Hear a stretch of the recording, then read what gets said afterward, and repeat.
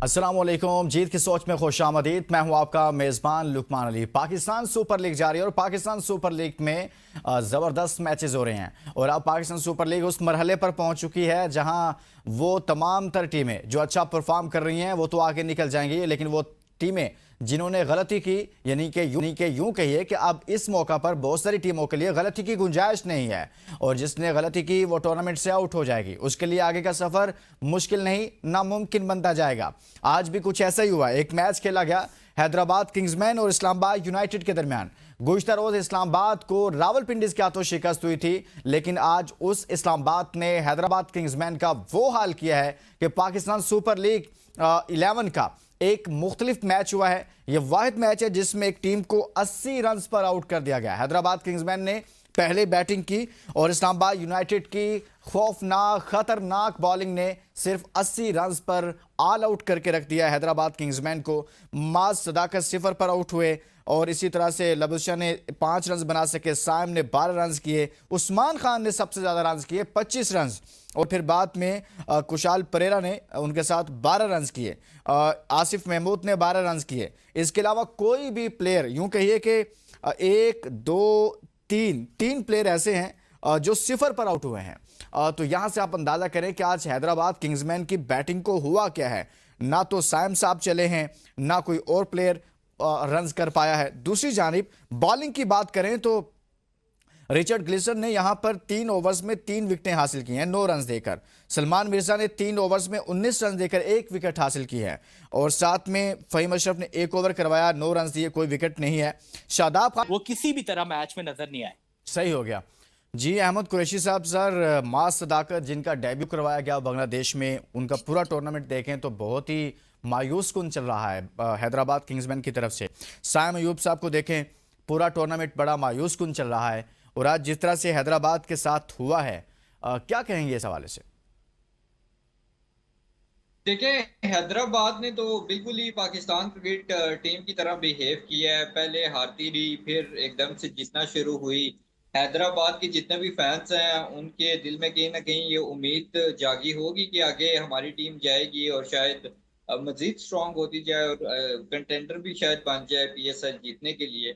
लेकिन जो ये मैच है मेरे ख्याल में ये बड़ा क्रूशियल था हैदराबाद के लिए। और इस तरह के मैच में इतनी पैथेटिक परफॉर्मेंस कि आप 100 रन भी नहीं कर सके, वो भी इस्लामाबाद यूनाइटेड जैसी टीम के खिलाफ, तो मायूस कुन परफॉर्मेंस है। और आई थिंक कि जो लगातार वो जीतते आ रहे थे, बड़ी वेल बैलेंस टीम बनी हुई थी, वो बिल्कुल ही सत्यानाश उन्होंने कर दिया जो अभी रिसेंट पास में उनकी विनिंग थी मैचेस में।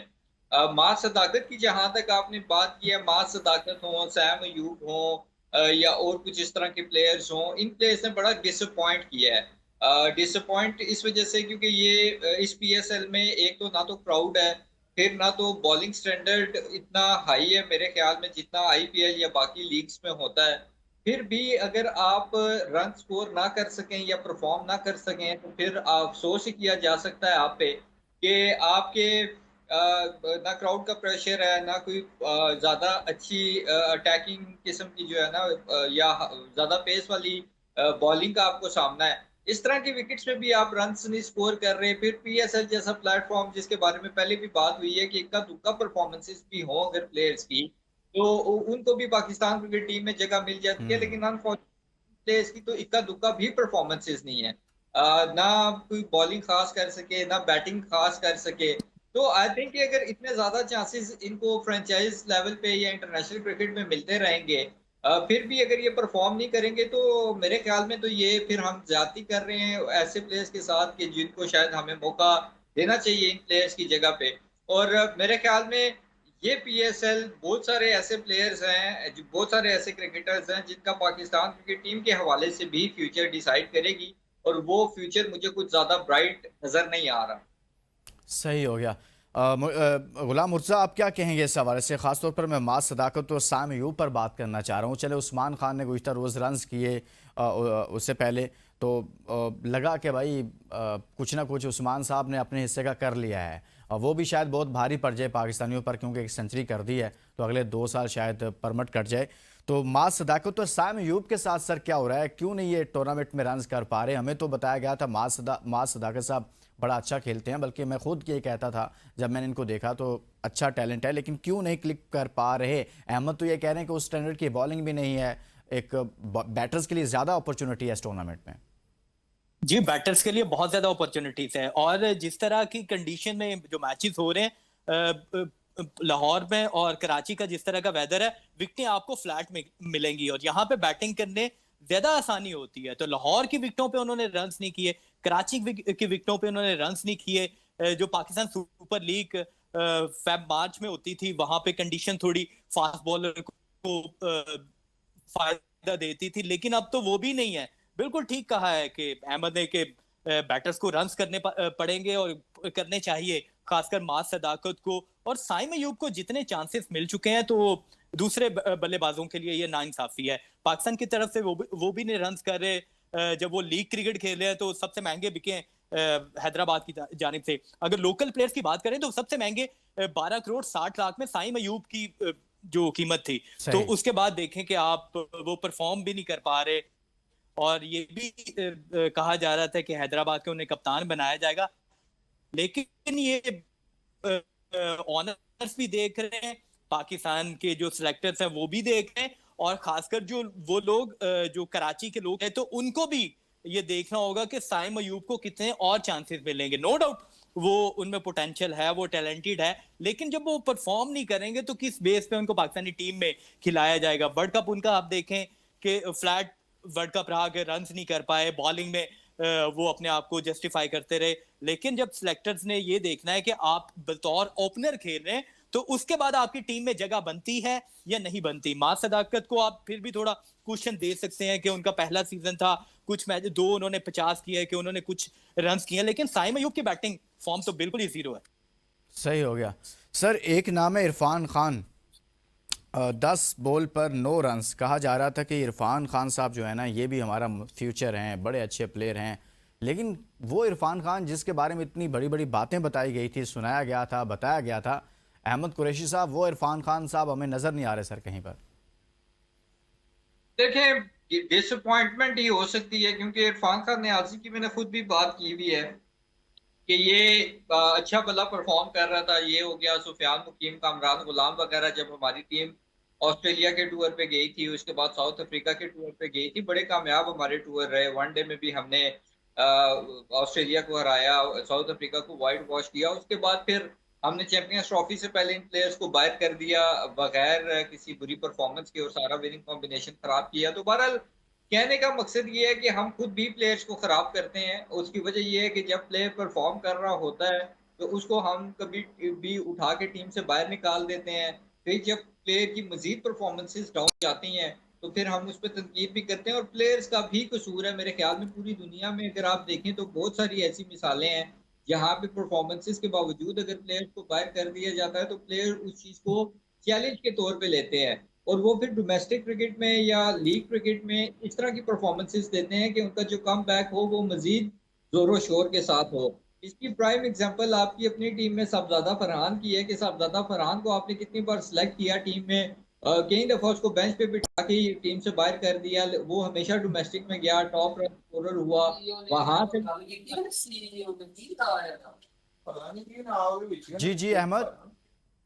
तो जो हम जिन परफॉर्मेंसेस की बात कर रहे हैं, अगर आपकी डोमेस्टिक में या इस तरह के प्लेटफॉर्म्स पे भी वो परफॉर्मेंसेस नहीं होंगी तो अनफॉर्चुनेटली आप अपने केस को खुद वीक करेंगे, और ना सिर्फ आप अपने केस को खुद वीक करेंगे बल्कि आप अपने अपने साथ ज्यादती भी कर रहे हैं कि आने वाले वक्त में फिर आपकी जो क्रिकेट है उसके लिए मसाइल पैदा हो सकते हैं।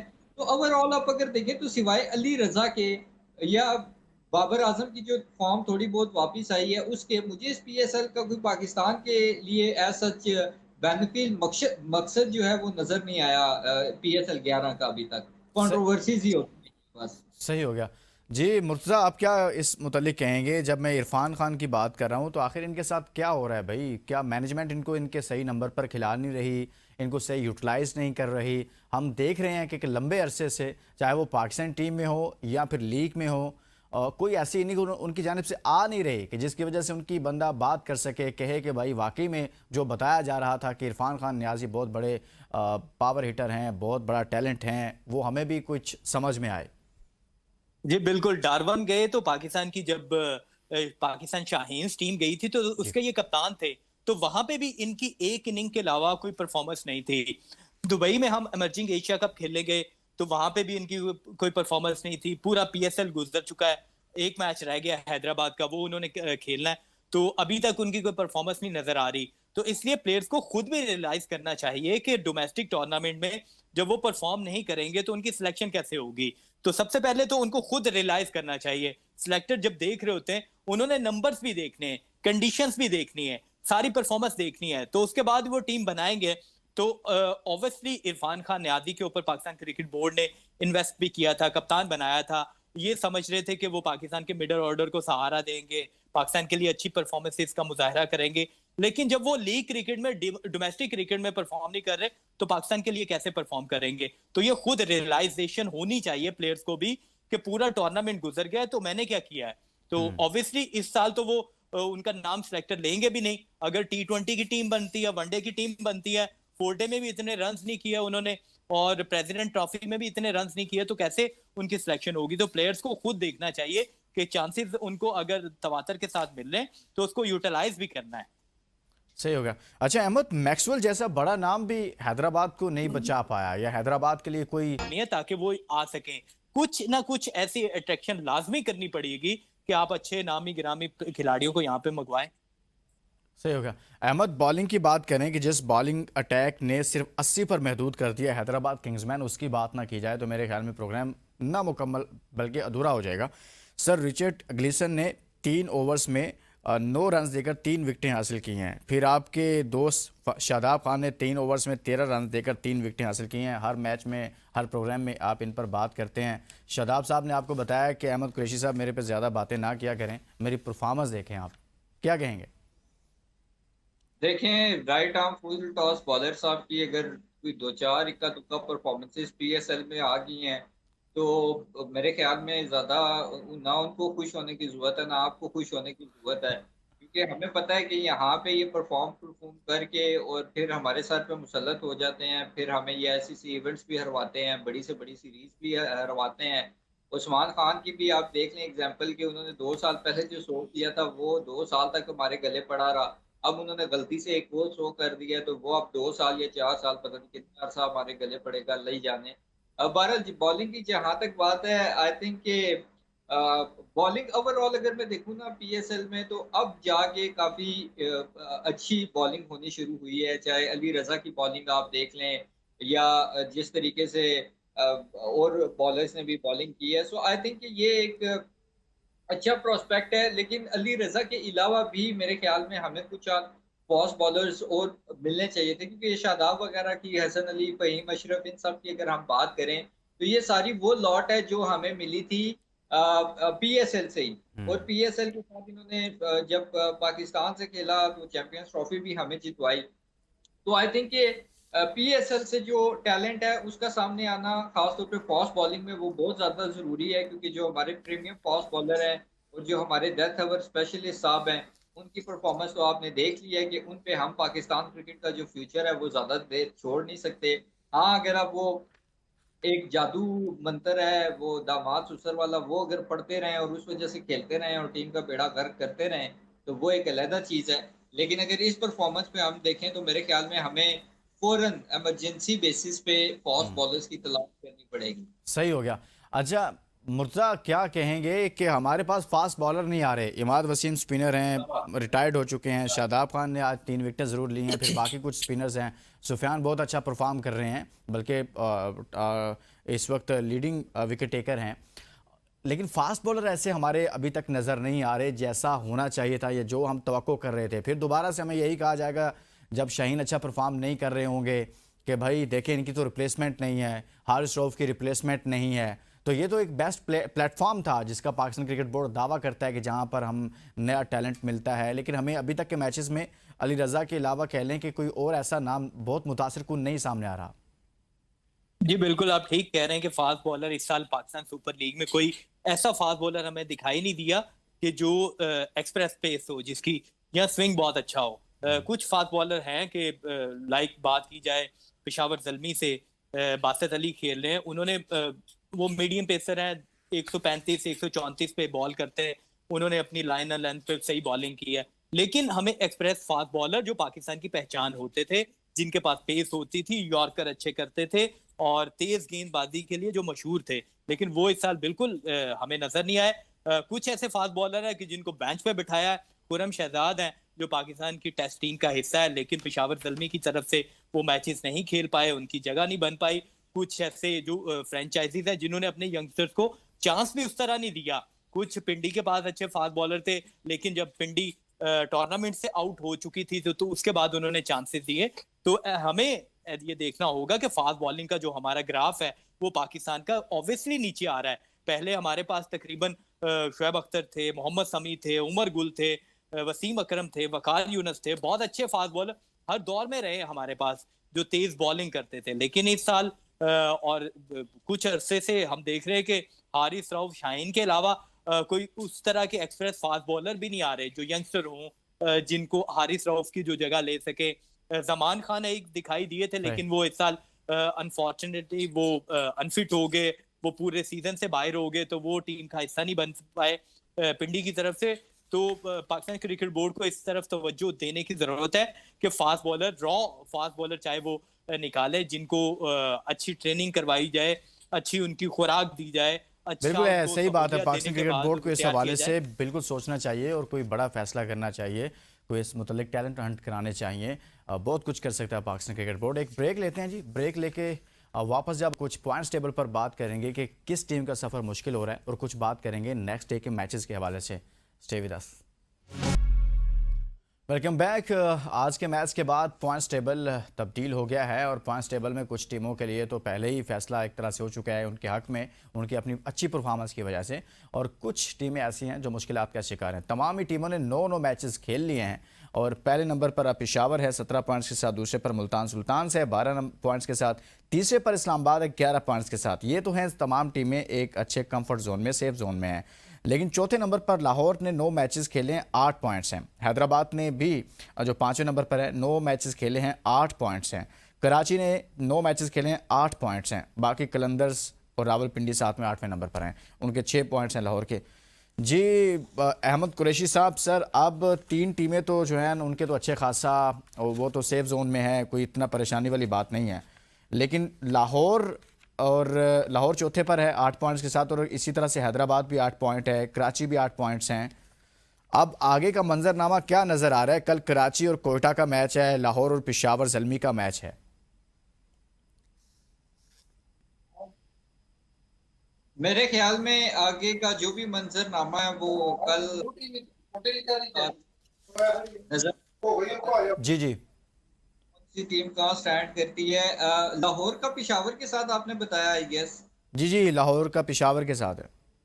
पेशावर के अगेंस्ट अगर लाहौर की बॉलिंग इसी तरह की रहेगी जिस तरह की कराची के अगेंस्ट थी, तो फिर पेशावर नहीं छोड़ने वाली। फिर 250 या 350 रन आराम से पेशावर की टीम लगाएगी, क्योंकि जिस तरह की बाबर की फॉर्म है, कुशाल मेंडिस की फॉर्म है, या बाकी सारों की फॉर्म है, वो आपके भी सामने है और वो मेरे भी सामने है।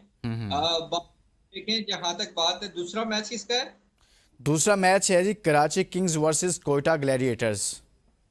अच्छा, ये मैच भी बड़ा इंटरेस्टिंग है और आई थिंक कि इसमें से एक कोई जो है ना, वो कराची या कोयटा में से किसी एक का लग रहा है कि वो टॉप 4 में जगह किसी ना किसी तरह बना लेगी। और मुझे लगता है कि कोयटा मेक श्योर करेगी कि वो कराची को हराए।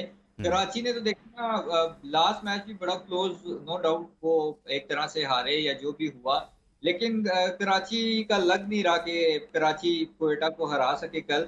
बाकी देखें, जो लाहौर है और कराची है, लाहौर के लिए थोड़ी सी जो प्रॉब्लम है वो उनकी फास्ट बॉलिंग है, और जो कराची है, कराची की बैटिंग कहीं ना कभी कभी अक्सर आप मैचेस में अगर देखेंगे तो उसके जो बैटिंग है वो कोई 30 करता है, कोई 20 करता है, कोई 25 तो करता है, लेकिन वो फिनिशिंग जो टच है वो देने में नाकाम रहते हैं उनके बैट्समैन। तो जाके भी कराची मैच आती रही है। सो आई थिंक इंटरेस्टिंग डे होगा, इंटरेस्टिंग मैचेस होंगे।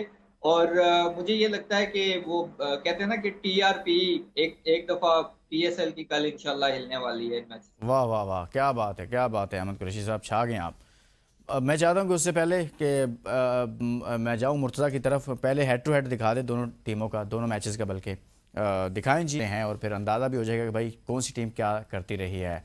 तो यहाँ पर देखा जाए तो कोयटा कराची में अगर देखें तो टोटल मैचेस 20 हुए हैं, और कोयटा ने 13 मैचेस जीते हैं, कराची ने सिर्फ 7 मैचेस जीत रखे हैं। यहाँ कराची का पलड़ा और कोयटा का पलड़ा भारी है। दूसरा दिखाएं जी।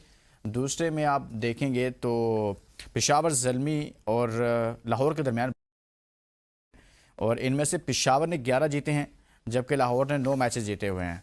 जी मुर्तज़ा भाई, कल का मैच बहुत, कल के दोनों मैचेस बहुत अहम हैं, क्योंकि ये मैचेस फैसला कर देंगे कि कौन आगे जाएगा और कौन आउट हो जाएगा। क्या लगता है कल क्या होने जा रहा है? जी बिल्कुल, कल का दिन बहुत अहम है क्वालिफाई करने के लिए कि 3 टीमें क्वालिफाई कर चुकी हैं, पेशावर कर चुकी है, इस्लामाबाद कर चुकी है और मुल्तान कर चुकी है। अब लाहौर चौथे पोजीशन पे मौजूद है, और इसी तरह हैदराबाद 5वें पे और 6ठे पे कराची किंग्स है। लेकिन कोयटा की बात करें तो कोयटा के तो 6 पॉइंट है, अगर वो जीतते हैं तो बहुत बड़े मार्जिन से वो जीतेंगे, तो फिर वो क्वालिफाई करने के सिचुएशन में आ सकते हैं। और ये भी उनको दुआ करनी पड़ेगी कि लाहौर भी मैच हारे और कराची से भी वो जीते, तो उस वजह से उनका सिनेरियो बनेगा और उनकी रन रेट भी बहुत अच्छी होगी। तो इसी तरह लाहौर को एडवांटेज ये जरूर है कि लाहौर की जो रन रेट है वो थोड़ी बेहतर है, और हैदराबाद के पास भी चांस है कि उनकी रन रेट भी कुछ बेहतर है, वो भी 8 पॉइंट के साथ है। वो भी अपना मैच जब वो खेलेंगे, पिंडी के अगेंस्ट उनका मैच होना है हैदराबाद का, तो वो उनके लिए ज्यादा फायदा हो सकता है। लाहौर को भी एडवांटेज है कि हम अपने होम ग्राउंड में खेल रहे, गो के लास्ट मैच नहीं, वो अच्छा नहीं खेले। एक्चुअली लाहौर और पेशावर का जो मैच है, अगर पेशावर लाहौर को हरा देता है तो फिर तो लाहौर के लिए मुश्किलात बढ़ जाएंगी ना। उनका रन रेट तो चले बेहतर है, किसी भी टीम को इनको नीचे धकेलने के लिए अपने रन रेट को नीचे से बेहतर करना पड़ेगा। लेकिन आपको लगता है कि ऐसा हो जाएगा कि लाहौर पेशावर को शिकस्त दे दे? T20 क्रिकेट में आप कुछ भी एक्सपेक्ट कर सकते हैं कि T20 क्रिकेट में, क्योंकि लाहौर डिफेंडिंग चैंपियन भी है, 3 दफा टूर्नामेंट जीत चुकी है, गो के उनका लास्ट मैच जो अच्छा नहीं था, अगर वो मैच जीत जाते तो फिर तो शायद वो क्वालिफाई कर जाते पिछले मैच पे ही। तो अब उनकी क्वालिफिकेशन ऐसे है कि पेशावर को वो हराते हैं कंफर्टेबली, अगर वो हरा देते हैं तो फिर तो वो क्वालिफाई कर जाएगी। इतनी ज्यादा रन रेट का मसला नहीं होगा, लेकिन रन रेट का मसला होगा कराची के लिए, हैदराबाद के लिए, और साथ ही अगर थोड़ा सा चांस है कोयटा के लिए, तो फिर उनके लिए रन रेट का मसला हो सकता है। तो लाहौर को सिर्फ मैच जीतना है, बाकी टीमों को अपना रन रेट भी बेहतर करना है। तो लाहौर को ये एडवांटेज जरूर होगा कि सिर्फ मैच अगर वो जीते तो वो क्वालिफाई करने की पोजीशन में होंगे। लास्ट मैच उनका अच्छा नहीं है ऑब्वियसली, लेकिन लाहौर ये भी टीम देखें कि 3 दफा की डिफेंडिंग चैंपियन है, कुछ भी वो कर सकते हैं, उनके पास अच्छे बैटर भी मौजूद है। तो गो के लास्ट मैच में हारिस और शाहीन की जो बॉलिंग थी वो आप उसे बहुत ज्यादा क्रिटिसाइज कर सकते हैं, लेकिन लाजमी तौर पे मुझे ऐसा लगता है कि लाहौर की कंडीशन में लाहौर को ज्यादा मदद मिल सकती है। अब एक और स्टोरी है, मैं चाहता हूँ कि उस पर मैं आपका कमेंट ले लूँ, थोड़ा टाइम रह गया। PSL 11 मोहम्मद आमिर और फ़हीम अशरफ पर जुर्माना आयद, 10% जुर्माना आयद किया गया है मैच फीस का। अहमद, कल ये मामला हुआ था, कल के मैच में आपने देखा होगा कि फ़हीम को आमिर ने आउट किया और उसके बाद थोड़ा सा इशारा किया कि भाई साहब चले जाएं, बस बहुत हो गया। तो फ़हीम साहब काफ़ी गुस्सा करके राणा साहब ने आके आमिर साहब को सुना दी, और आमिर साहब को तो वो पकड़ने लगे थे, तो उस पर 10% जुर्माना हुआ है। क्या कहेंगे इस हवाले से? ये चलता रहता है क्रिकेट में, ऐसे ही होना चाहिए, नॉर्मल सी बात है, कोई बड़ी बात नहीं है। लेकिन फ़हीम अशरफ साहब तो जिस तरह से बैट उनको लहरा रहे थे, दिखा रहे थे, ऐसे लगता था जैसे काफ़ी कुछ कह भी रहे हैं जो मैं नहीं कहना चाहता, और साथ में वो बैट से कुछ करने की पोजीशन में थे। वैसे तो वो बैट से कुछ नहीं कर पाए उनकी बॉलिंग के सामने, लेकिन वो वैसे बैट चलाना चाह रहे थे। क्या कहते हैं आप? देखिए, हीट ऑफ द मोमेंट है, चीजें इस तरह की हो जाती हैं, और फहीम ने अगर इस तरह का रिएक्शन दिया है तो ऑब्वियसली आमिर साहब ने भी पहले कुछ हल्का बात कहे, और आमिर की जो कुटाई लगी है इस PSL में, तो मेरे ख्याल में उनके अंदर जो फ्रस्ट्रेशन जमा हो रही थी थोड़ी बहुत उनकी तरफ से निकली, और फिर फहीम अशरफ का भी जाहिर है जब आउट हुए तो डिसअपॉइंटेड भी होंगे और फ्रस्ट्रेटेड भी होंगे, और उन्होंने भी फिर आगे से पलट के जो है वो प्रॉपर उनको जवाब दिया है, और बिल्कुल वो बैट के साथ पूरे मूड में थे कि वो शोएब अख्तर बने, जैसे उन्होंने आसिफ की कुटाई कर दी थी एक बार, तो वो आमिर की कर दें। लेकिन ठीक है, हीट ऑफ द मोमेंट में हो जाती हैं चीजें, लेकिन बहुत ज्यादा एक्सेलरेट नहीं करना चाहिए। और लेकिन राणा साहब तो सर उनको 2 बंदे थे जो उनको संभाल रहे थे वो, लेकिन उसके बावजूद वो ग्राउंड से बाहर जाने के लिए तैयार नहीं हो रहे थे, वो कुछ और ही नहीं, इरादा लेकर आए हुए थे। आपने वो डायलॉग नहीं सुना, राणा को तू नहीं जी कहते हैं, तो अगर आप राणा को तू कहेंगे जी मुर्जा भाई, ये जो कुछ कल हुआ है सर, 10% मैच फीस का जुर्माना तो हो गया है। आपके ख्याल में इतना सख्त रिएक्शन होना चाहिए था फ़हीम अशरफ साहब की जानिब से? अगर आमिर साहब ने कुछ